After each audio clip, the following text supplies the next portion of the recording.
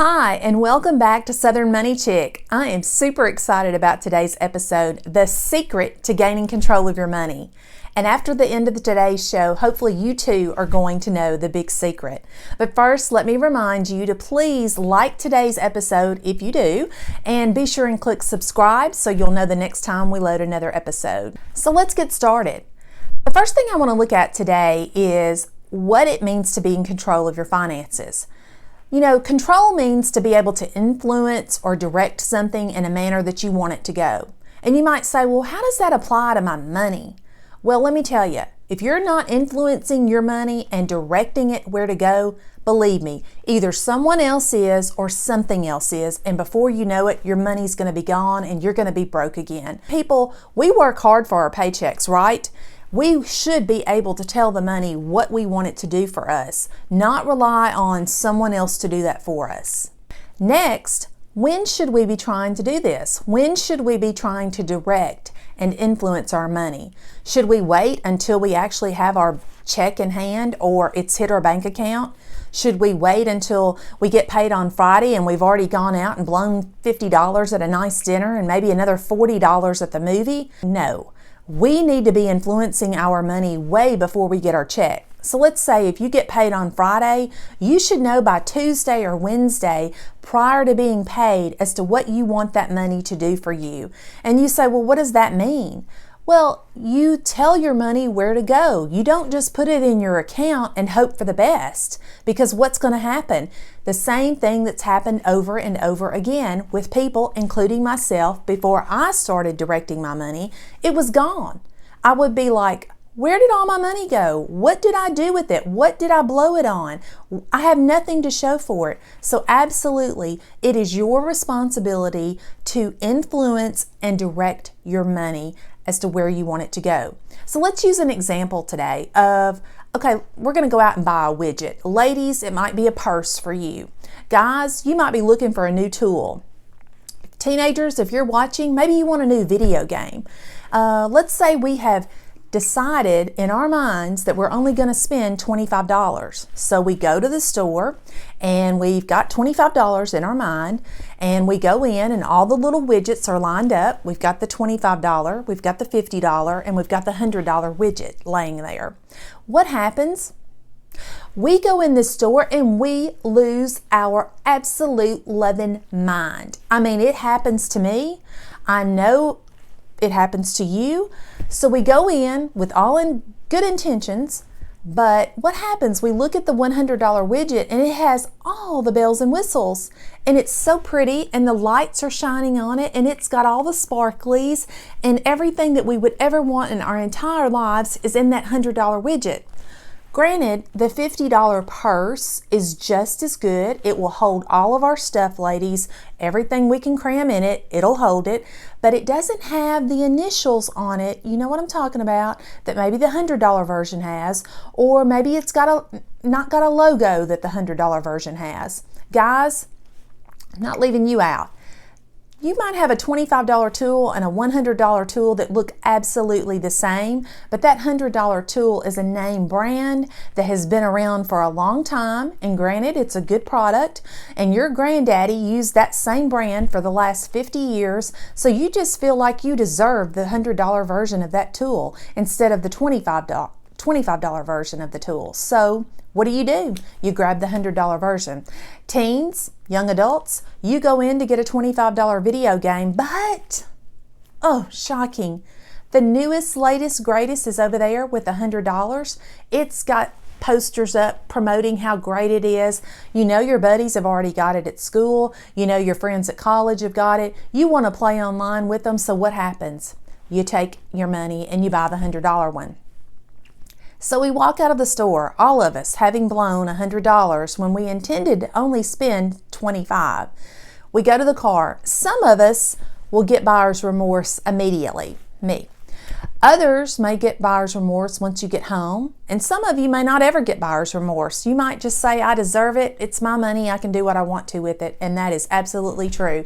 I am not here to tell you what to do with your money, but maybe you had that other $75 laid aside to pay on your car insurance that month, or a dentist bill that came in, or a new set of tires for your car. But no, now we've got our beautiful widget that's going to make our life better. And soon you'll find out that that widget is no better than the $25 one. It doesn't give us any more status. It doesn't make us a better person. We've just wasted $75. When we talk about directing our money, it's almost like when we go to the beach. You can remember as a kid, you would go to the beach and you'd pick up a scoop of sand that had water in it, and what would happen? It would start rolling out of your fingers. No matter how hard you tried to keep that handful of sand and water in your fingers, it was seeping out the side. And that's kind of how our money is. If we are not directing our money where we want it to go and how we want it to work for us, I can tell you that someone else or something else is absolutely going to do that for us. Why do we look at our money as just money? We work hard for our paychecks every week. At least I know I do, and I'm sure you do as well. Why don't we just leave it up to happenstance as to what happens to it? We should be telling it where to go every single day. Finally, let's talk about how we control our money. Now, this is the big one, and I want you to stick with me because this is going to be scary for a lot of you. But I'm about to introduce you to the dreaded B word. And I know a lot of you are probably going to shut your computers, probably going to run out of the room screaming, "This is not for me," but I'm going to tell you what this is. And I don't know who invented it, but they were a genius. It's probably the single most important tool in the world of finances to date, and I never see that changing. The dreaded B word is the budget. People, if you are not living on a budget and telling your money where to go and how to work for you, I don't know how you're surviving. Well, probably you're in the group of a lot of people that are living paycheck to paycheck. Is it not shocking to you that 80 to 90% of Americans are living paycheck to paycheck? Now, that's not month to month. That is paycheck to paycheck. Let's say you're married and your spouse gets sick.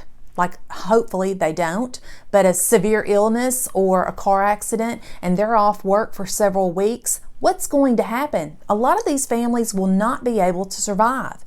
I mean, it's shocking that we have let ourselves get into this kind of situation in America. We are the richest nation. And I know that if you are not making $100,000 a year, that's okay. It doesn't mean that you have to live paycheck to paycheck, but what has happened is you have just not had control of your money. I heard a guy say the other day, and this is probably one of the most profound statements I've ever heard. It's not how much money you earn, it's how much money you spend. I mean, that is absolutely the truth. We all have lifestyle creep, which we're going to talk about in a future episode, believe me. But my husband and I, when we were first married, we filed taxes on a combined income of $19,000. Woohoo! We were rolling in the money. Just kidding. We thought if we could ever have a combined income of $40,000 or $50,000 like the rich people, we could be driving Mercedes and BMWs. I mean, we were so naive. We had no idea, right? When my husband and I were married back in the early 90s, not to date myself too much, but I knew from the get-go that I needed to be in charge of our finances because when we were dating, my husband, God love him, if he had $100 in his pocket, it would be gone by the end of the day. So when we got married, I took over the checkbook because back then, I think that was even before debit cards were around. So I took over the checkbook. He would give me his check. I would deposit it. We would pay our bills. And we weren't struggling too much. We had a car. We were renting a really inexpensive place at the time. I was still in school, working a couple of side jobs. He was working full time. But I'm going to tell you what would happen. He would come in, he's a big hunter and he likes to hunt.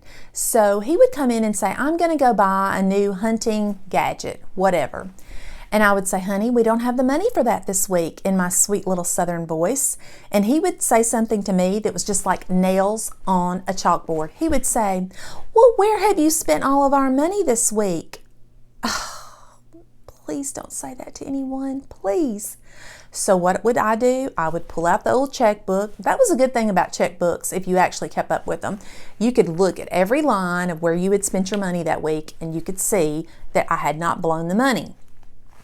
Obviously, we were not living on a budget, but I did at least kind of know how much money we had at any given time and where it had gone to. And there were many instances where we had a long, heated discussion about maybe he took over the finances. I knew he never would, but I always offered it to him and told him, if you want it, here it is. So it was several years down the road before we actually discovered a budget and what that could do for our relationship as a couple and for our family in the future. And as far as budgets are concerned, there are tons of budgets available out there online for free. There are budgeting apps, there's budgeting software, maybe even your bank has one online that's available to you. I'm not here to promote a specific one, but there are some good ones. If you email me, I'll be glad to suggest you look at a couple of them. But please do not spend your money for something like that because there's too many good ones out there for free. I will tell you that I have tried a couple and I have gone back to the old tried and true method, not quite the notebook version, but I am on Excel with the spreadsheet and I like it. It's my comfort zone and that's what I do. I have about 5 or 6 years right now of history on an Excel spreadsheet and it's down to the detail. If I want to go back to June of 2015 to see what I paid on my electric bill that month, I absolutely can. And it's helped me a lot of times in trying to assess what we would be paying for that month and the following month, what I could be expecting as far as electric or gas or when my land taxes are due, that kind of thing. When you're working on your budget, those are some items to really keep in mind. Don't let the little things be left off your budget. You might not think about land taxes, if you have to pay garbage pickup, quarterly insurance payments, life insurance payments. Make sure all of those are on there. And we'll go over more detail about a budget in a future episode because that is my jam. But I'll tell you that the budget is not a restrictive tool. It's something that really helped me and my husband. It strengthened our marriage. It has helped our family tremendously because when he wants to know something, he already knows it because he works with me on the budget. It's something that we can do together and I never want to hide anything from him. I will tell you, if you are single and you don't have obviously a spouse, then get an accountability partner. Maybe it's a friend or a coworker or maybe a parent. Someone that will hold you accountable to your budget. Some friends are not the best ones to have as an accountability partner. If you go to a friend and say, hey, I'm thinking about buying a new car and the payment's going to be $700 a month for the next 6 years, and they say that's a great idea, that is not the friend you want as an accountability partner, okay? You want one that's going to smack your hand and say, what the heck are you thinking? That is a stupid idea. Anyways, that's who you need to be looking for as an accountability partner. And if your spouse is not on board, don't give up on them. Just go ahead and start the budget, start working it, start, working and telling them what you're doing, and hopefully, eventually, they will come on board as well. Wrapping up, we have talked about what it means to control your money. And we said that controlling your money actually means to influence it or direct it where you want it to go. You need to be telling your money where to go and what you want it to do for you, not let someone else or society direct your finances. The second part was, when should we be directing our money? Should we be waiting until after we've blown our paycheck? Well, obviously not. We need to be directing our money way before it ever hits our bank account. And finally, the last part was how to direct our money. We talked about setting up a budget and working with an accountability partner or our spouse.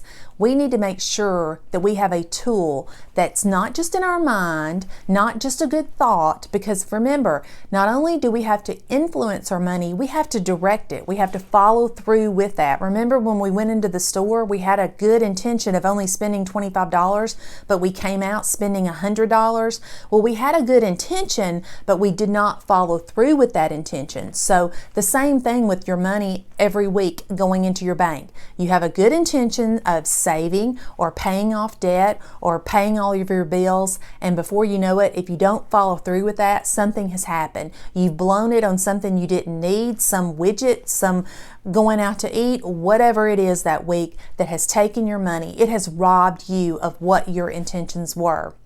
So that's it, folks. That is the big secret.